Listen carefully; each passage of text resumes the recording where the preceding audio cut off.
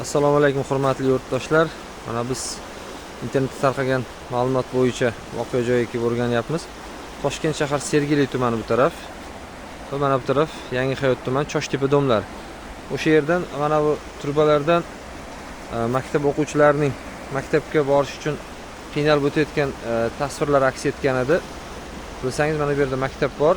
U maktab avval kichkinaroq edi. Mana bu yerda ko'p qavatli 16 qavatli domlar qurilgandan, uylar qurilgandan keyin bu maktab yangi binolar qurildi, kengaytirildi va natijada ko'plab o'quvchilar bu yoqqa boradi. Chunki Yangihayotning o'zidagi Choshtepaning oldidagi maktab juda kichkina.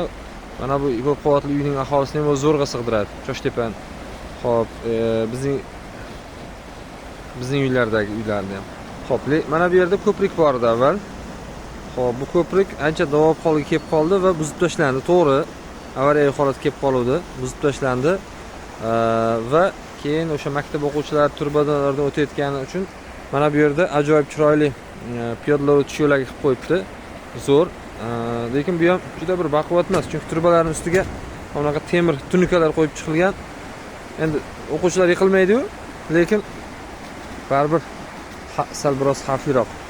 Shuni mutasaddilardan so'rab qolamiz. Mana shu yerga avtomobil o'tish uchun ham bir ko'prik qilib berishlarini aytadi-yu. Suyunchida. Rais, qachon qilasan ko'prigingni desa, ko'prik mustahkam, baquvvat bo'lish kerak deydi. Shuning uchun o'sha mustahkam, baquvvat ko'prikni kutib qolamiz.